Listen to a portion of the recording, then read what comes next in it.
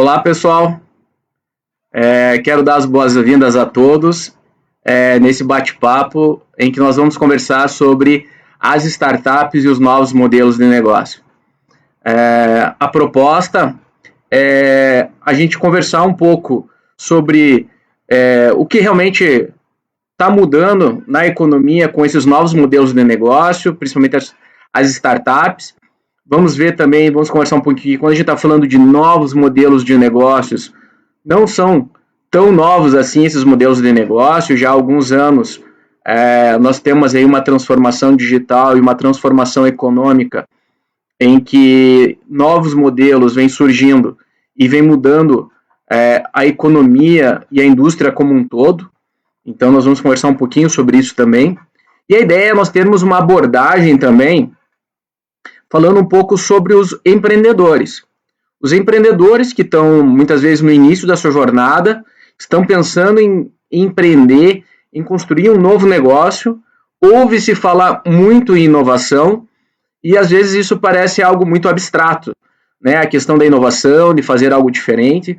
Então eu vou tentar, de alguma forma, compartilhar com vocês a experiência que eu tenho, que são mais de 20 anos prestando consultorias para micro e pequenas empresas, compartilhando um pouco com vocês o que realmente nós observamos que são ações que contribuem de forma positiva para os negócios que acabam tendo êxito, e também eu vou abordar na minha apresentação algumas situações que de forma recorrente acabam levando a uma dificuldade ou até o insucesso da empresa. Então eu vou fazer uma breve apresentação minha. Meu nome é Rafael Tortato, eu sou economista, fiz especialização e mestrado na área de gestão, trabalho desde 1997 no Sebrae na área de consultoria para micro e pequenas empresas, então são quase 23 anos me relacionando com esse dia a dia do empreendedor e das micro e pequenas empresas. E isso é importante aqui fazer um alinhamento com vocês, em que esse nosso bate-papo ele será sobre a perspectiva de um consultor. Então, eu não vou falar sobre a perspectiva, obviamente, de um empreendedor, de um empresário que viveu algumas situações, mas eu vou falar sobre a perspectiva do consultor que identificou que pontos realmente nós identificamos como uma dificuldade, muitas vezes comum a diversos negócios, atitudes que realmente mostram um caminho mais exitoso. Essa apresentação talvez ela tenha mais perguntas do que respostas, então eu não tenho, obviamente, uma visão de ser determinista de que o que são os 10 passos, por exemplo, talvez para a empresa dar certo, mas nós vamos discutir algumas situações de quem está empreendendo e de como que isso acontece. Por isso que vai ser bem importante, se vocês, durante a apresentação ou ao final da apresentação, enviarem as perguntas que serão encaminhadas para mim, para que nós possamos interagir e ter um debate, uma conversa mais dinâmica. Eu coloquei aqui como um terceiro item aqui nesse slide, uma coisa que eu aprendi nesses mais de 20 anos de consultoria, é nunca subestimar o empreendedor. Então, quando eu falo nunca subestimar o empreendedor, eu estou me referindo que tem muitos empreendedores que criam os seus próprios caminhos, a sua própria forma de fazer as coisas, e muitas vezes acabam obtendo êxito. Então, por isso que o que nós vamos conversar e discutir aqui não são verdades absolutas em que talvez algum empreendedor possa seguir um caminho que eu posso comentar aqui que realmente é um caminho que às vezes pode trazer uma dificuldade para a empresa e ele ser exitoso, mas a gente vai trabalhar aqui pela maioria. O que realmente a gente vê que é comum às ações e às atitudes desses empreendedores que estão buscando inovar, que estão buscando empreender de uma forma diferente. Então, diante dessa breve apresentação, seria bem importante a gente ter isso também como premissa desse nosso bate-papo, que é uma perspectiva de um consultor, que são mais perguntas do que respostas, e que realmente o próprio empreendedor ele pode encontrar um caminho próprio dele que vai levar ao êxito também, e que às vezes ele vai escrever a sua própria história e não necessariamente seguir um passo a passo. Então, começando com alguns conceitos, a gente ouve falar muito das startups e dos novos modelos de negócio, e até a minha ideia não é trabalhar a parte teórica disso, porque mesmo quem estuda o tema torna-se quase que uma discussão filosófica. Mas tentar que a gente entenda, compreenda de uma forma mais simples o que são startups. Eu coloquei aqui duas palavras para tentar definir startup, que são a inovação aliada a um modelo que possua escalabilidade. Essa parte da escalabilidade realmente é um pouco mais complexo da gente entender, mas vou tentar aqui trazer alguns exemplos. A inovação é você propor algo que já é feito de uma forma diferente. Inovar é fazer diferente. É o novo fazer de uma nova forma, não necessariamente é algo inédito, mas muitas vezes é uma adaptação e uma evolução de um modelo, muitas vezes já existente. A escalabilidade, ele é o potencial de crescimento do negócio. Então, a inovação alinhada a um modelo escalável, a gente pode, eu acho que isso define, esses elementos definem bem a startup. E por isso que é importante entender que, por exemplo, o modelo de franquia é um modelo escalável, eu posso ter crescimento, ou uma indústria mesmo, ela é escalável, mas nem sempre ela é um modelo inovador, nem sempre ela tem inovação acoplada, e por isso que ela não é uma startup. Então a startup está muito vinculada aos negócios, alguns modelos de negócio que estão começando, que são inovadores e que têm esse potencial de crescimento. E quando a gente fala de modelo de negócios, também às vezes trazem algumas dúvidas. O que é esse tal modelo de negócio? É o formato de atuação. Então, o modelo de negócios que na forma tradicional, é muito conhecido e sempre ele é muito didático, que são, por exemplo, as padarias, ele tem um modelo de negócio que todo mundo entende o que é uma padaria, o que faz uma padaria, mesmo que ela seja uma padaria mais simples ou que ela seja uma padaria sofisticada. Todos têm a compreensão de qual é o modelo de negócio de uma padaria.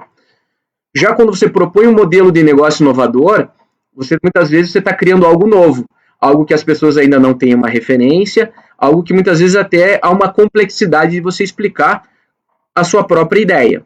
Então, quando a gente está falando do modelo de negócio, por exemplo, dos aplicativos também, que é um exemplo que o pessoal sempre traz, mas ele é muito didático, o modelo de negócio dos aplicativos de transporte, o modelo de negócio é pessoas que têm um veículo próprio e que estejam dispostas a transportar outras pessoas e que vão ser remuneradas por essas corridas. Então, o modelo de negócio é uma plataforma criada que vai fazer a conexão de quem tem a intenção de se deslocar, de quem está propondo o meio para que isso aconteça, e essa plataforma vai proporcionar um meio para que isso aconteça. E aí a gente ouve falar, né, que, por exemplo, o Uber, ele é, vamos dizer, a maior frota de veículos sem possuir sequer um veículo, ou o próprio caso do Airbnb, que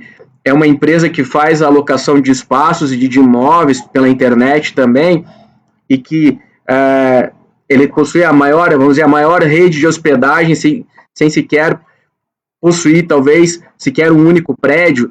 Então, o modelo de negócio é esse, é você propor como que isso vai acontecer através de um modelo de negócio.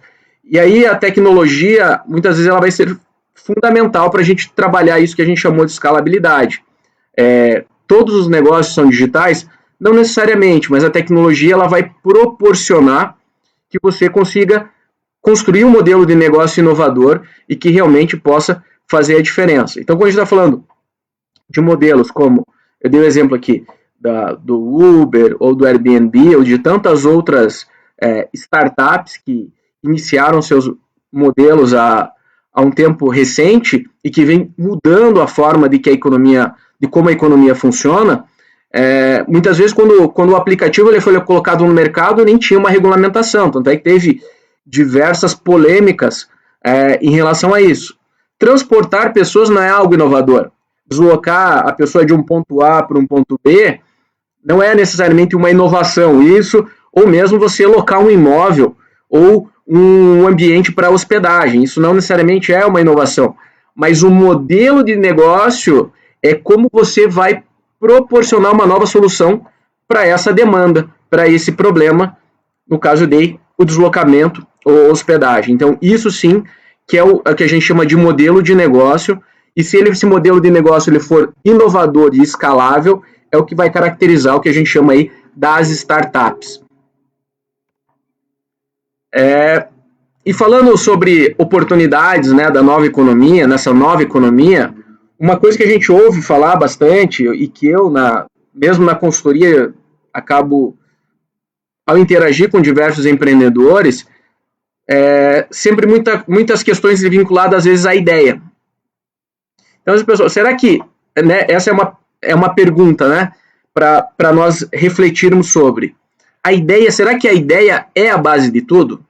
Porque muitas vezes o empreendedor ele tem uma ideia em que ele não viu ser realizada, ele prospecta aí, ele imagina que aí vai ter uma oportunidade de negócio e realmente começa por aí, mas será que a ideia é a base de tudo? Então, alguns mentores, algumas pessoas que assessoram as startups, os empreendedores, dizem quanto vale uma ideia. Alguns chegam a dizer que é uma ideia sem execução, ela não vale nada. Uma boa ideia ela não tem nenhum valor se realmente ela não for executada.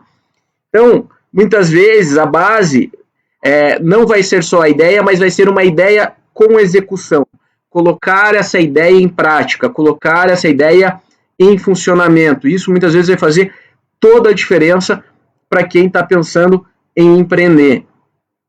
E é óbvio, quando você está pensando num modelo inovador, o risco ele tende a ser maior também para esses modelos de negócio. Quando a gente está trabalhando com um modelo de negócio conhecido, como eu dei o exemplo de uma padaria, você pode fazer um plano de negócios, porque você tem um modelo de negócio muito bem estabelecido e você vai variar, talvez, os custos dos teus insumos, que são mais sofisticados, a decoração e investimento inicial da loja, com uma iluminação, com balcões trabalhados, enfim, você pode construir o teu plano de negócios que já é um modelo conhecido e identificar realmente ali a viabilidade ou ter pelo menos uma ideia de como que isso vai se comportar. Numa startup, quando você está buscando ou propondo um modelo inovador, muitas vezes você não tem as referências necessárias para elaborar um plano de negócios. E por isso que você vai buscar outras ferramentas, como o Canvas, e outras para você estruturar a tua ideia no formato diferenciado. E você vai, muitas vezes, descobrir isso passo a passo. Então, uma das coisas que a gente escuta muito é: puxa, eu tive uma ideia e não vi ninguém fazendo ainda. Como é que eu começo? A partir dessa premissa, ainda não vi ninguém fazendo essa ideia. É uma oportunidade. Então, o que eu trago aqui também como uma reflexão é que nós precisamos ter focos nos problemas e no mercado. E quando estou falando nos problemas aqui, a referência são problemas de consumo, problemas de consumos de serviço, de consumo de produtos, enfim. Se nós identificarmos que cada vez mais os problemas eles são existentes e nas mudanças que nós estamos passando, inclusive de forma recente, através da crise que nós estamos enfrentando, quantos problemas surgiram e quantos problemas ainda não têm uma solução sinalizada, não tem uma solução pronta, não tem ninguém resolvendo esse problema. Então, ter o foco no problema, muitas vezes, ele é um bom indicativo para a pessoa pensar no novo modelo de negócios. Que problema você vai se propor a resolver? Então, identificar qual é esse problema inicialmente, verificar se essa premissa que você tem de que as empresas ou as pessoas que possuem esse problema, elas realmente têm. A gente chama esse processo de validação, validar realmente com o mercado se aquele problema ao qual você acredita que ele existe, ele é realmente uma dor para o mercado e uma dor de tal proporção que realmente as pessoas estejam dispostas a pagar para resolvê-lo, porque às vezes tem algumas dores ou algumas situações em que o mercado identifica assim como um problema, mas que às vezes não é uma dor tão grande que ele não está disposto a pagar. Então, essa conexão e validação com o mercado sobre o problema, ele é muito importante. Então, se você tem o foco no problema, isso vai permitir com que você pense em modelos de negócio para resolver esse problema. Então, eu entendo que o passo inicial é você definir qual problema você quer resolver. Em alguns modelos tradicionais, ou até com aquela pergunta anterior, eu tive uma ideia, muitas vezes a ideia ela parte da solução que depois vai procurar problemas a serem resolvidos.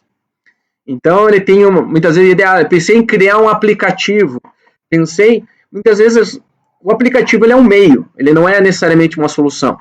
Você pensar na solução, no modelo de negócio, como ele vai funcionar, você vai colocar eles até num protótipo, numa versão inicial, você vai testar e validar com o mercado, vai testar esse modelo, e aí sim, depois esse modelo de negócio ele pode se transformar numa plataforma na internet, ele pode se transformar num aplicativo de celular, ele pode se transformar em diversos canais de entrega dessa solução para o mercado. Mas a gente tem que pensar que um aplicativo por si só, ele não é uma solução, e se nós formos pensar quantos aplicativos que realmente nós utilizamos no nosso dia a dia, ele não é uma quantidade tão grande assim, em que você vai incluindo aplicativos de forma recorrente. Você tem já um uso específico para os aplicativos. Então, pensar num problema de mercado, ele é mais importante do que você ter uma ideia de solução. Com o problema bem determinado e bem validado, com isso, será possível que você crie modelos de negócios e, quem sabe, esse modelo de negócio ele evolua para se transformar num negócio, numa empresa sustentável. E os exemplos que a gente dá de startups, Curitiba, por exemplo, ela é um celeiro de excelentes startups e startups de referência, muitas delas aí já passando de 300, 400 funcionários. A gente pode dar como exemplo aí o Ebanks, o Madeira Madeira, o List, Pipefy, Contabilizei, enfim, nós temos uma grande quantidade de startups de Curitiba que realmente o modelo de negócios realmente ele é inovador. Quando você começa a trabalhar com modelos inovadores, você acaba não tendo mais fronteira, então muito das suas soluções elas transbordam não só a tua cidade, o estado, mas às vezes até o país. O exemplo dessa startup que eu comentei, a Pipefy, por exemplo, o day one dela, o primeiro dia da startup, ela já foi uma solução internacionalizada, ela já começou com uma solução já internacional. Enfim, nós temos aqui diversos exemplos e por isso, quando a gente fala daquela palavra lá da escalabilidade, é exatamente isso. O potencial de crescimento ele deve ser muito grande para realmente ela ter condições de seguir o modelo pelo qual a gente vai propor e comentar aqui. Uma outra questão também é a gente propor as soluções para novos e velhos problemas. Então, nem sempre a solução ela precisa ser baseada para resolver um novo problema. Muitas vezes ela pode ser uma solução que vai resolver um problema ao qual nós já nos deparamos e que você pode propor uma solução mais rápida, ou mais ágil, ou com mais qualidade, ou com a somatória disso, ou pode ser novos problemas que surgirem que ainda não tem uma solução e que pode ser uma oportunidade de você se mobilizar para tentar resolvê-los. Mas o que a gente não pode perder de foco sempre é que essas soluções elas sempre precisarão ser validadas pelo mercado. A validação pelo mercado ela é fundamental. Nós temos algumas teorias, né, algumas pessoas que trazem a ideia de, puxa, será que o cliente realmente sabe o que ele quer? O pessoal usava muito exemplo lá do Steve Jobs, lá do fundador da Apple. Puxa, ele acreditava que às vezes o consumidor não sabia exatamente qual era a solução que ele precisava, o que ele realmente gostaria. Mas o que a gente não pode perder de foco, que mais do que entrar nessa, como eu falei, nesse detalhamento, se realmente o consumidor sabe ou não, é que realmente nós temos que saber que problema nós vamos resolver, como apresentar para esse potencial cliente, para esse mercado, essa nova solução. E isso é muito importante para que a gente consiga continuar no processo de desenvolvimento do modelo de negócio. Então, é muito importante essa validação pelo mercado e que o mercado diga que realmente, puxa, gostei da ideia, gostei da solução, tem interesse em consumir, teria interesse em comprar, ao invés de você fazer só uma pesquisa entre amigos, ou no Facebook, ou através do teu WhatsApp, ou através da rede, fazer uma pesquisa com os clientes. Puxa, se tivesse um aplicativo que fizesse tal coisa, você usaria? A tendência é que as pessoas respondam, acho que usaria, seria bom se tivesse. Isso é bem diferente da resposta de um potencial que diga, puxa, onde é que tem essa solução, eu quero consumir agora. Então, a solução proposta, muitas vezes, ela tem que buscar essa resposta do mercado. Quero consumir agora, preciso consumir agora. Então, a busca pelo consumo imediato, isso é bem diferente do, puxa, seria bom se tivesse, se for criado, eu acho que eu vou consumir, eu acho que eu vou utilizar. Então, tem que ser, às vezes, um pouco pragmático nesse modelo de validação pelo mercado. E aqui eu quero trazer algumas novas premissas, pensando nesses novos modelos de negócios, em que, nesses mais de 20 anos, eu percebo que foram grandes mudanças. A primeira é a questão de sócios. Sócios, ele sempre foi um desafio. Muitos sempre colocaram como uma prioridade em não ter sócios, em, se possível, não quero ter sócios. Então, e muitos problemas nas empresas aconteciam, e às vezes até continuam acontecendo por uma questão societária, mas numa nova premissa que a gente tem desses modelos de negócios inovadores, muitas vezes a gente não consegue fazer tudo sozinho, e nós precisamos de competências complementares. O que isso quer dizer? Quer dizer que eu vou precisar muitas vezes, trazer para a sociedade, vou precisar trazer muitas vezes como um sócio, um parceiro do negócio, pessoas sejam especializadas em determinados temas para conseguir viabilizar o meu negócio. Então, nem sempre você contratar essa competência vai ser a melhor opção, independente de você possuir o recurso para isso. Muitas vezes, para realmente você gerar um engajamento no desenvolvimento da solução, você montar um time que muitas vezes começa com os sócios em que eles estão investindo o seu tempo e o seu conhecimento, isso vai se mostrar preponderante para o sucesso das empresas. Então, se vocês pegarem essas startups que eu citei de Curitiba e vocês buscarem conhecer a história delas, vocês vão ver que essa parte inicial societária ela foi muito importante para o início do negócio. Então, a parte dos sócios hoje, eu vejo que é uma nova premissa você buscar competências complementares.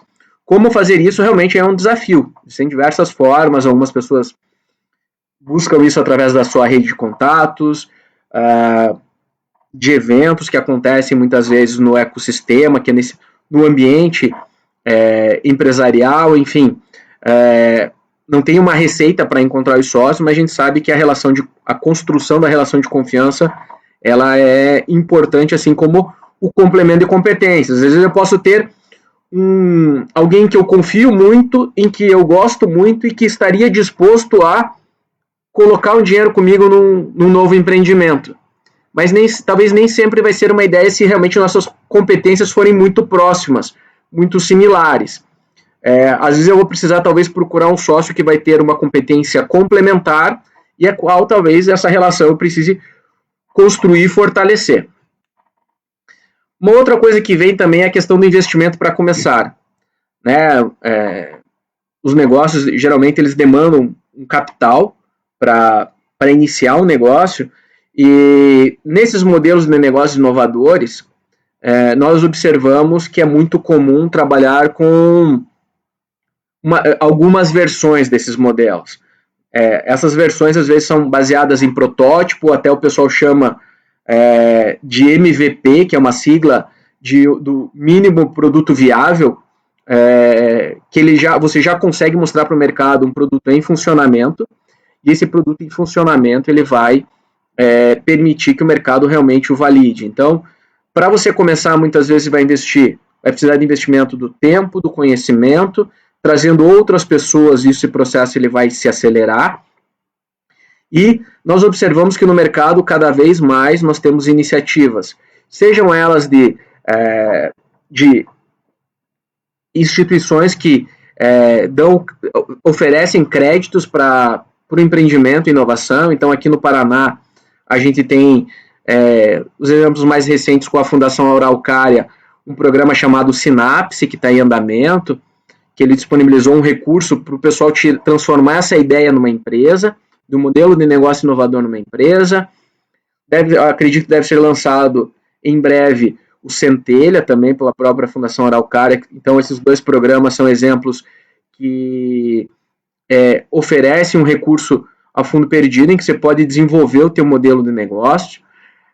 Cada vez mais nós observamos no mercado também os investidores anjos, que são, muitas vezes, pessoas que vão acreditar na sua ideia, as pessoas que vão realmente se engajar com essa solução que você está propondo, ou até com o problema que você se propôs a resolver, e vão, inclusive, aportar, às vezes, um recurso, e até fundos de investimento, que depois que você sai de uma versão de protótipo, você já começa a realizar as primeiras vendas, você precisa realmente ampliar isso, e muitas vezes essa ampliação ela vai demandar a contratação de pessoas, de programadores, às vezes ter um espaço físico adequado para reunir uma equipe.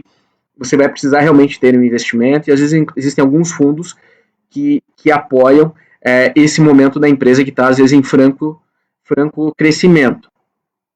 O que no mercado a gente observa, e tem que ter um cuidado, que alguns empreendedores querem que alguém acredite na ideia deles mais do que eles próprios. Então, muitas vezes, o empreendedor ainda tem o seu carro, tem o seu patrimônio, tem as suas reservas, e busca um investidor anjo ou alguém que queira aportar um recurso na ideia dele.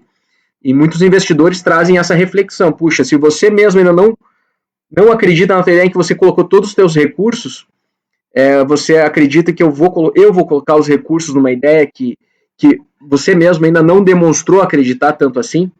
Então, é importante também nessa relação, quando você, ao estar empreendendo, buscar um investidor para apoiar a sua ideia, é importante que ele perceba que você realmente está engajado e acredite muito no negócio, e que realmente ele vai entrar muito mais como um reforço da tua atuação do que realmente ele vai viabilizar uma ideia ou um sonho que muitas vezes não está estruturado nem validado com o mercado. O local para empreender, eu acho que essa crise trouxe para nós também alguns aprendizados, e quando nós, antes da crise, a gente viu uma franca expansão dos espaços de inovação. Então, nós temos diversos espaços que as pessoas trabalham e se conectam, sejam eles coworking, sejam eles hubs de inovação, em que as pessoas trabalham lá. E o que é importante entender, mais do que realmente o local, é realmente entender que esses locais eles vão fazer a diferença quando realmente nós formos trabalhar com a parte da construção de uma comunidade. Em algum desses locais, eventualmente, dependendo do teu modelo de negócio, você vai poder encontrar ali potenciais parceiros, potenciais clientes, potenciais fornecedores, enfim. Um ambiente, muitas vezes, ele funciona com um modelo de comunidade, ele pode ser muito benéfico para a empresa que está iniciando.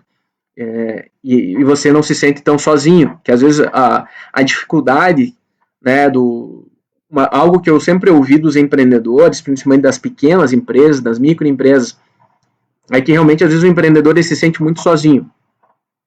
Então, fazendo parte de algumas comunidades, estando em alguns lugares como esse, isso pode realmente ser um ponto a favor do empreendimento. Mas também nós estamos observando que trabalhar em home office, assim como eu estou fazendo essa transmissão de casa, muitas pessoas que estão, pela própria circunstância, trabalhando em casa, começam a observar também que é possível ser produtivo de casa, aquilo que parecia uma dúvida também, cada vez mais a gente observa que realmente é possível empreender em casa, empreender num coworking, enfim, e não necessariamente no início precisa se mobilizar um grande volume de recursos para colocar um imóvel que seja caro, talvez isso seja mais importante num segundo momento. E a digitalização, né? Esse também é a crise, acredito que acelerou muitas coisas que aconteciam presencialmente, elas começam a acontecer de forma digital, sejam as resistências em relação ao consumo de alguns serviços cada vez mais, seja para consumir produto, para consumir serviço. A digitalização ela veio para ficar, é um caminho sem volta, então muito do que a gente discutia se realmente é melhor presencialmente, é melhor de forma digital, desde da parte de ensino até a parte do consumo de produtos mesmo, a gente vê que talvez modelos híbridos vão surgindo no curto prazo. E só para a gente fazer um overview então dessa parte, que eu trouxe essa questão que é importante, a complementariedade de competências. Será que eu preciso de muito dinheiro para empreender?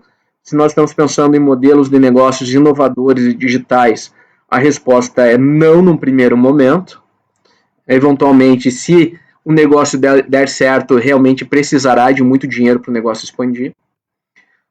Como consigo dinheiro para minha startup? A gente falou que tem entidades que proporcionam editais para você se inscrever, e se tua ideia ela for avaliada e escolhida como uma ideia com grande potencial, você pode receber um recurso a fundo perdido para colocar a tua ideia em prática e transformá-la num negócio. Você pode buscar também, tem os investidores anjos, tem os fundos de investimento, enfim. Aonde que eu encontro essas pessoas, Tortato? Onde que estão esses investidores anjos? Onde que estão esses fundos? Muitos eventos que acontecem no ecossistema, até alguns eventos digitais, muitos especialistas desse mercado participam, e realmente não é difícil você se conectar com eles. O que é importante é que você possa mostrar ou demonstrar já uma proposta de valor e, quem sabe, uma versão do teu produto que não esteja só num PowerPoint. Ele já esteja, pelo menos, talvez numa versão beta, num protótipo, num MVP já funcionando.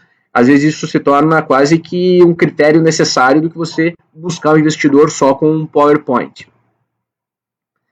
Posso empreender em qualquer lugar, nós conversamos também um pouco sobre isso, que você pode começar o seu negócio em casa, né? Como eu falei, sendo um modelo de negócio, muitas vezes ele é digital inovador. Óbvio que um comércio não é possível, né? Você, às vezes, abrir em casa um comércio, às vezes uma indústria, isso vai depender muito lá da autorização da prefeitura, mas a ideia do que nós estamos falando aqui são desses modelos de negócios inovadores. Então, chamei aqui de resumo da ópera, é que tenha um problema bem definido e validado, defina o problema, comece pela definição do problema que você vai resolver e valide ele com o mercado.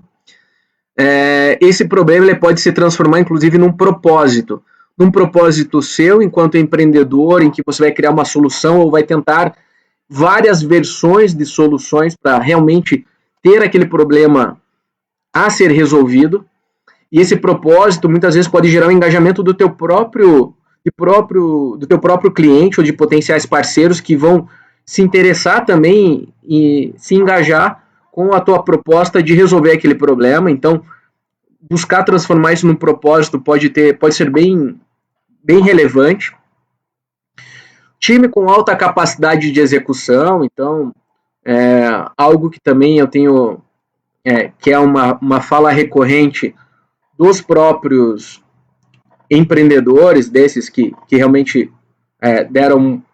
tiveram modelos exitosos, é muito foco na execução, essa alta capacidade de execução, e o time precisa ter isso acaba fazendo muita diferença, que é tirar a ideia do papel, é sair só do processo criativo, transformar isso realmente em programação, num software, num meio de entrega desse produto. Então, essa capacidade de execução, ela realmente acaba separando bem aí um funil de quem que realmente acaba ficando na ideia, às vezes até por muito tempo patinando na ideia e agarrado à ideia, e outros que conseguem avançar.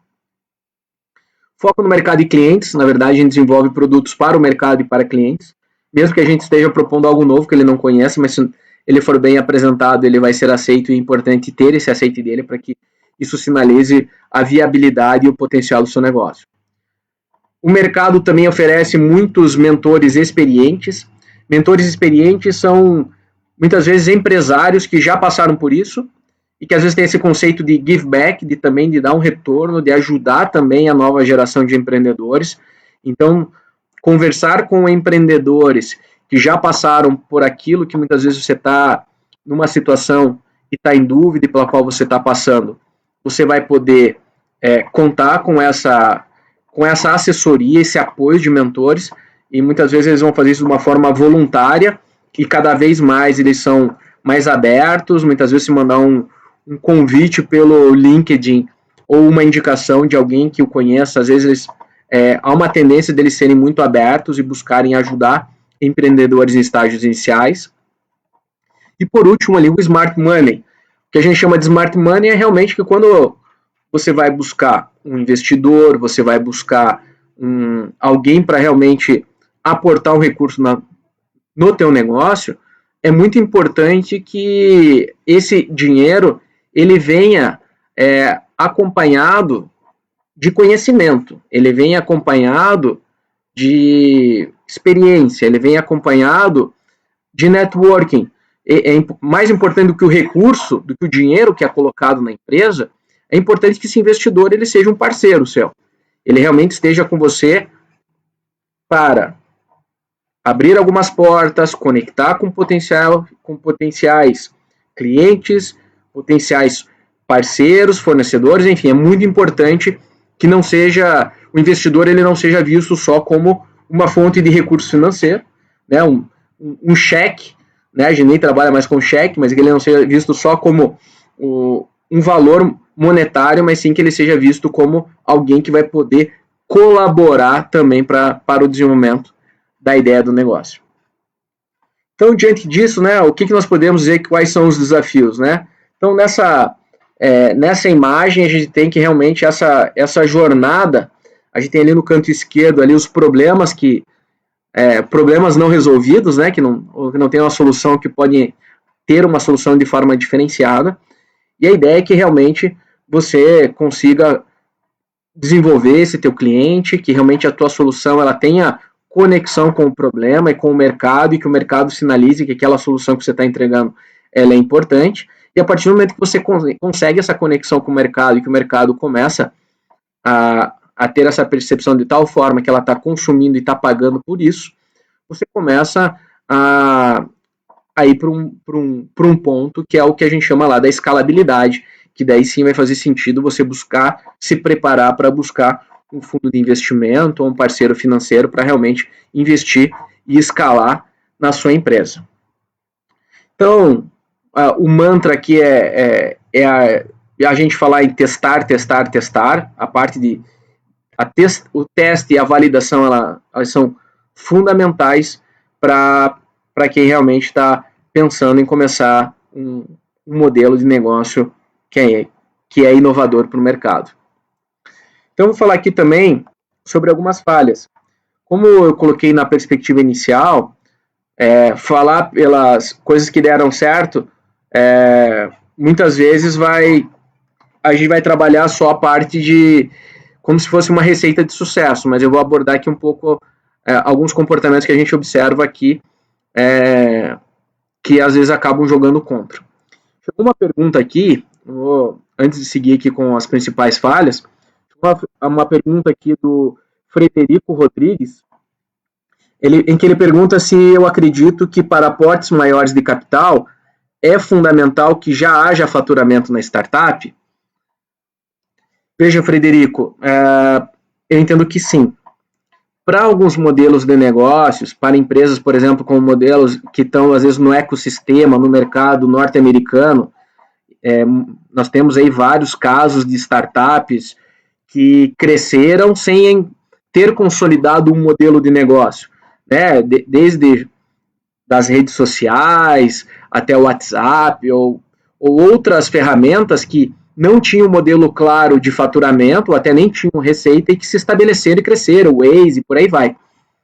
No mercado, no ecossistema brasileiro, as startups que a gente vê no ecossistema brasileiro e que estão se desenvolvendo, elas necessariamente têm um modelo de receita recorrente já praticamente já desde o seu dia 1, desde o seu início, a partir do momento que ela se apresenta para o mercado realmente como uma solução, ela já começa a faturar. Então, pelo que eu tenho acompanhado e o que eu observo do mercado brasileiro, eu entendo que sim, é importante uma startup já ter um faturamento recorrente para buscar aportes mais consideráveis aí de outros investidores. Se vocês tiverem perguntas, pessoal, chegou só essa pergunta do Frederico. O Frederico depois pode até sinalizar se eu conseguir respondê-lo. E outros também podem ir mandando aí as suas perguntas que o pessoal transmite para mim, tá? Eu não consigo ver a pergunta aqui na hora, mas o pessoal manda para mim as perguntas. Então, eu vou passar aqui, eu elenquei aqui 20 falhas, então eu vou passar rapidamente, até para que nós aproveitemos esse tempo final numa interação maior. Vou tentar ser sucinto e bem objetivo. Então, falando entre problemas, um dos principais problemas é o mercado não ter a necessidade da tua solução. O mercado, você acha que aquilo é uma grande solução e o mercado realmente ele não tem essa necessidade. O time errado, né? Como eu falei, às vezes a gente encontra pessoas que têm uma sinergia pessoal, mas que às vezes não tem a complementariedade de competências, e aí realmente acaba afetando a performance na empresa. Ignorar os clientes, né? Também, em alguns momentos já vi empreendedores dizendo: o meu cliente não me entende, o cliente não entende a minha solução, né? Eu acho que isso realmente é fatal, né? Você não compreender o cliente, você ignorar o que o cliente está te dizendo de forma alguma, né? Isso é um ponto de realmente problema e que acaba acontecendo muito. Ignorar os competidores. Então, eu tive uma ideia que eu não vi ninguém fazendo ainda.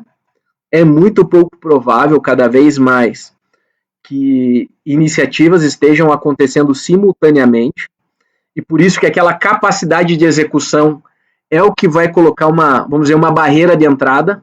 Quanto mais rápido e mais bem sucedido você conseguir executar aquela ideia, ele vai ser uma barreira de entrada para novos competidores, mais do que você tentar esconder a sua ideia, né? Então, quando eu falei, a gente trouxe aquela ideia será que a ideia é a base de tudo?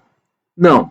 Então, você tentar não compartilhar a ideia ou tentar mantê-la em segredo, isso, na verdade, também é um caminho que não funciona bem. Você tem que compartilhar a tua ideia com o maior número de pessoas, contar a sua ideia, para que realmente você busque engajamento de pessoas que possam, de alguma forma, contribuir e se engajar com ela.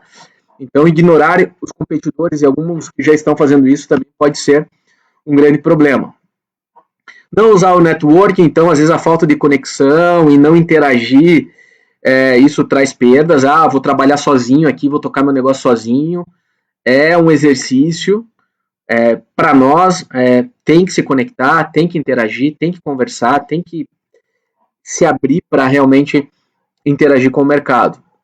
Perder o foco, também acontece muito, distração com outros projetos. Tem uma ideia, às vezes, eu tenho 3 startups. Então, se você chegar para um empreendedor, para um investidor, muitas vezes você falar assim, tenho 3 startups, ou eu vou apresentar uma e depois você falar que você tem outra startup, às vezes isso pode ser até um sinal vermelho que o investidor vai dizer, olha, você está apostando em 3 startups, você tem 3 startups, não tem nenhuma.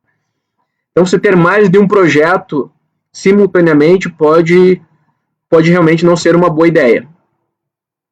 Você tem que ver se realmente não tem questões legais que vão impedir você colocar o teu negócio em prática. Tem que ver se realmente ele é um modelo de negócio que seja atrativo para você depois receber um aporte de financiamento e investimento. Você também tem que verificar a questão se ele tem esse potencial de escalabilidade, se ele não é um produto que vai funcionar só em Curitiba. Eu preciso de uma ideia que vai funcionar só aqui em Curitiba, ou para as escolas de Curitiba, ou para um segmento local. Até pode se tornar uma pequena empresa de sucesso localmente, mas ela não tem ideia, aquele potencial de escalabilidade para seguir essa lógica sobre as quais a gente está conversando aqui. A falta de paixão aqui é uma questão que ficou um pouco escondida aqui atrás da câmera, mas é o quanto realmente você acredita e se engaja na ideia, e aqui é um pouco diferente de abordar a questão de você fazer o que realmente você gosta, mas é realmente você acreditar no propósito daquele problema que você está se propondo a resolver. Aqui é um pouco, o pessoal questiona às vezes, né, a questão de você ter um produto que você apresenta ele muito cedo ou muito tarde, né, ou ele fica, ou ele está muito cru e ele não para em pé, o produto, isso pode ser um modelo negativo, e às vezes, ou ele pode ser um produto que você fica tentando aperfeiçoar tanto ele que passou o tempo, já colocaram outro produto e aquela tua ideia ficou para trás. Eu já ouvi empreendedores dizendo que sentiu vergonha da sua primeira versão. Isso não tem nenhum problema de você colocar uma versão em protótipo no mercado, mas que funcione. Que aquilo que você diz que vai fazer, realmente aconteça.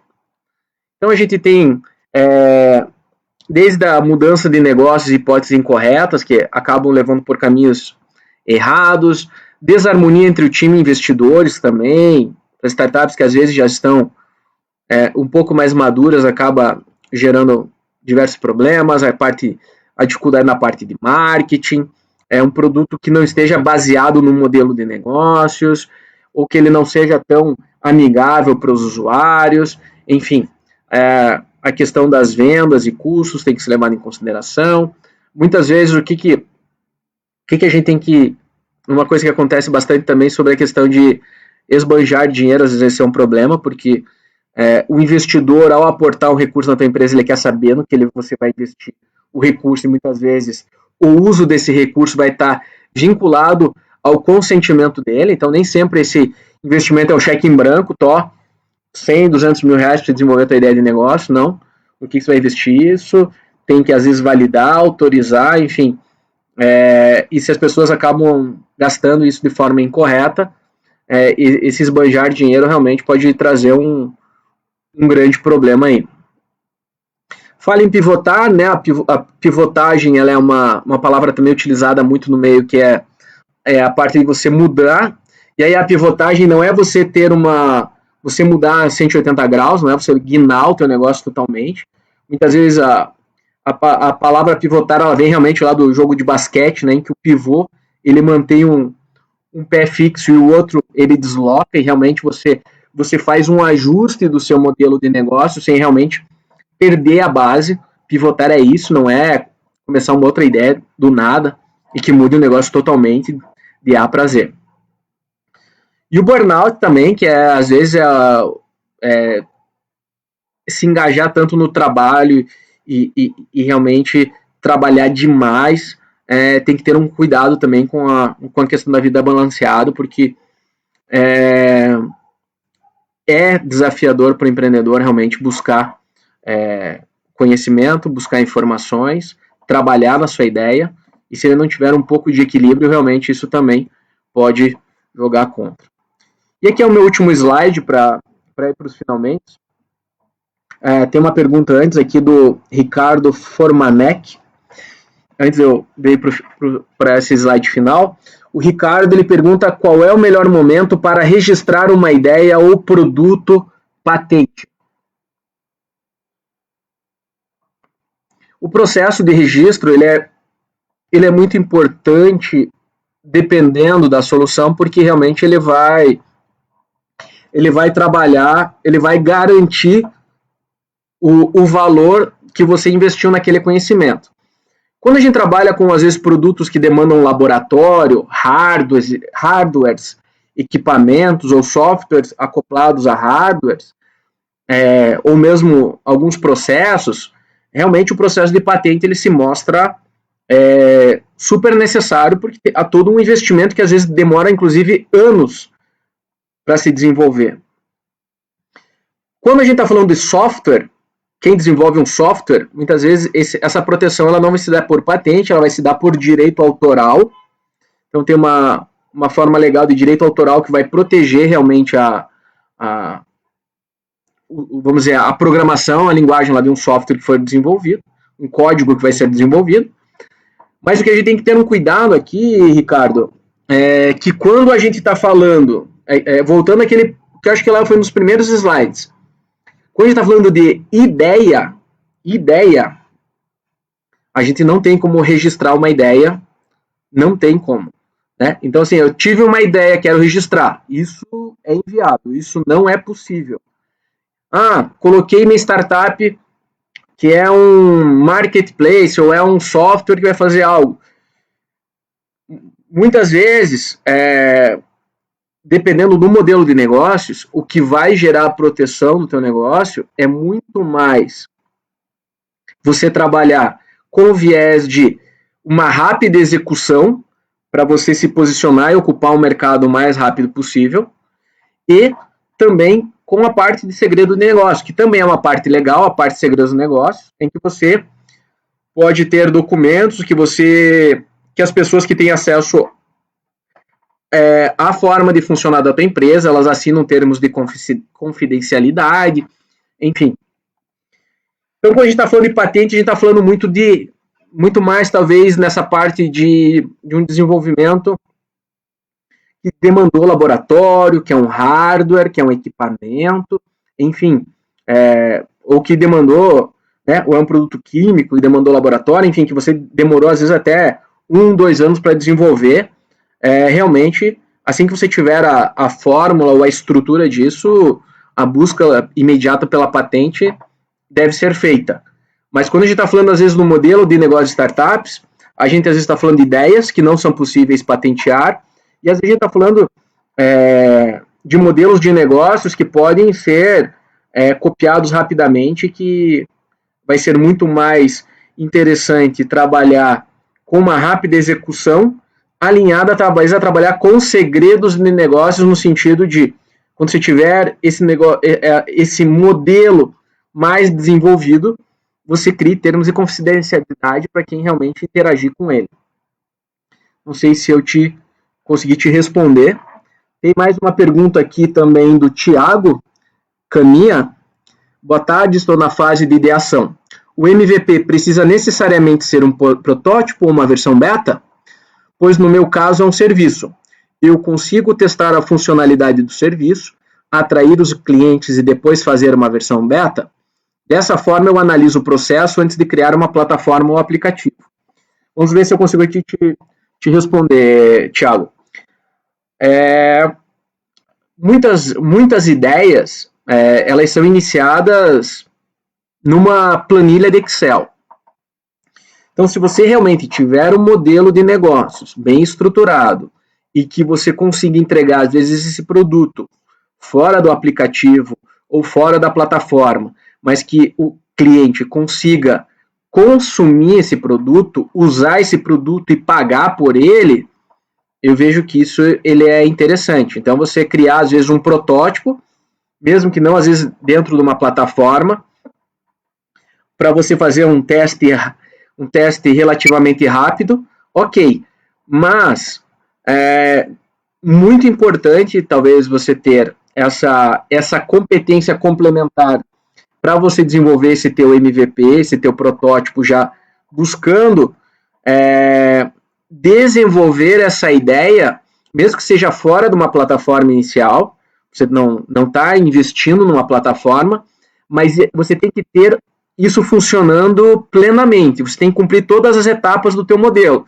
Se a tua proposta de negócio é conectar, vamos imaginar, motorista com pessoas que querem viajar, e você faz isso pelo WhatsApp, você manda manualmente para os dois, eles te pagam com depósito bancário, você faz um protótipo, e o pessoal aderiu tanto a essa ideia e está pagando por isso, e está faltando braço para você fazer isso manualmente, a plataforma e o aplicativo vem para dar essa escalabilidade. E aí você consegue padronizar isso num método inteligente, que daí a tecnologia ela vem para realmente te auxiliar nessa escalabilidade. O que a gente tem que ter um cuidado só é trabalhar o modelo de forma offline, só fazendo simulações, sem realmente a operação, sem o serviço ser consumido, merece um ponto de atenção. Eu teria que entender um pouco melhor qual é o serviço do qual você está falando, para eu poder ser um pouco mais assertivo aqui na minha resposta, na minha orientação. Tem mais uma pergunta aqui também do Michel Ribeiro. Quando ou em que fase se faz necessário o suporte especializado de contabilidade ou suporte jurídico, entre outros?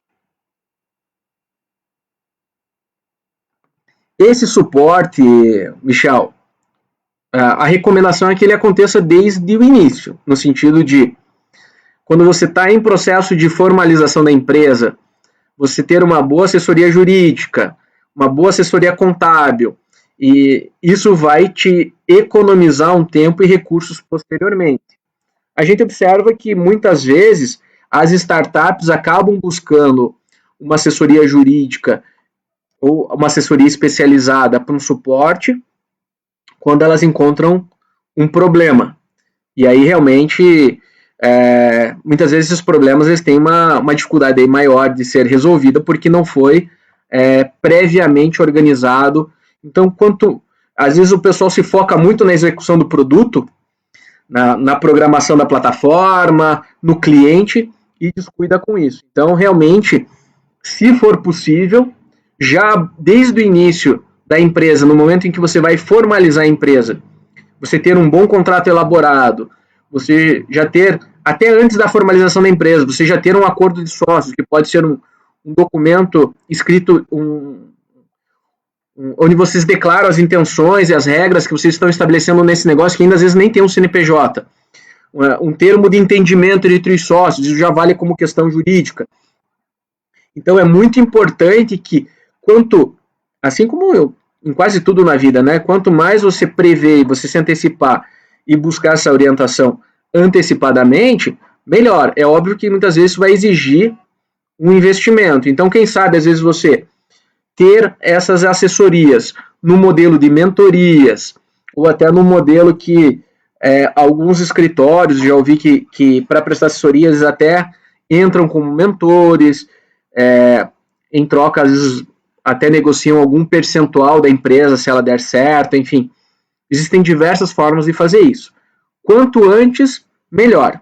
Quanto antes, melhor você saber qual é a forma que você vai ser tributado, se você contratar um funcionário, quanto você vai pagar de imposto, se o preço que você está cobrando ao final ele tem uma margem de lucro adequada ou não, se você escalar realmente esse modelo de negócio, qual é a tua margem, se você passa determinado faturamento, como é que isso afeta a tua tributação, enfim, quais as limitações ou não de você trabalhar com um fornecedor de CNPJ full-time, coisas que às vezes legalmente já vão gerando um passivo na startup, e se ela der certo, no momento que eles fazem a chamada due diligence, que é quase que uma auditoria na startup, esses passivos do início, que não tiveram cuidado, às vezes isso acaba inviabilizando o aporte de um investimento posterior. Então tem que ter, a recomendação é que quanto antes, a gente sabe que às vezes na prática, muito só procura essa assessoria depois, mas se possível realmente, desde o início já buscar essas orientações, tanto contábeis como jurídicas, elas são, na minha opinião, até fundamentais. Enfim, eu acho que a gente está chegando aqui no momento final. Aqui eu tenho só o slide, nem vou ler porque, na verdade, sim, aqui é um cenário das startups de Curitiba, do último mapeamento que nós fizemos aqui, uma quantidade de startups da área de educação, na área de saúde, na área do varejo, na área de publicidade e marketing, na área de fintechs, né, de finanças e seguros, enfim.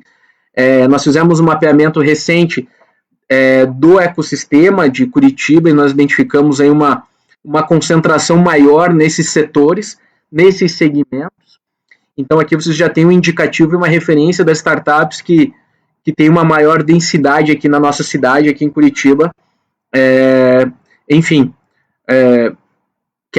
vou deixar aqui meu e-mail, meu agradecimento a todos que participaram, meu obrigado pelas perguntas, meu obrigado aí por vocês estarem aí comigo compartilhando esse momento. Se alguém ficar com alguma pergunta que não conseguiu trazer aqui, pode me mandar por e-mail. Eu posso até demorar, mas eu vou responder. Então pode me encaminhar por e-mail perguntas que eventualmente vocês não quiseram fazer na live.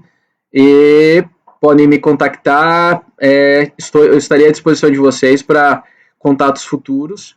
E, enfim, meu muito obrigado. Chegamos no tempo limite aqui, então eu vou me despedir de vocês, desejar que quem realmente esteja empreendendo tenha muito sucesso, desejo sucesso para vocês, se precisarem apoio, busquem o ecossistema, tem diversos atores muito bons no ecossistema, a própria Agência Curitiba, nós temos diversas universidades que estão apoiando diversos projetos, enfim, existem diversos atores do ecossistema que podem apoiar vocês, então procurem esse apoio, e porque isso às vezes é uma ajuda que vai fazer a diferença lá no futuro. Então, mais uma vez, meu obrigado e um abraço, quem sabe até uma próxima. Ok, pessoal? Até mais, tchau, tchau.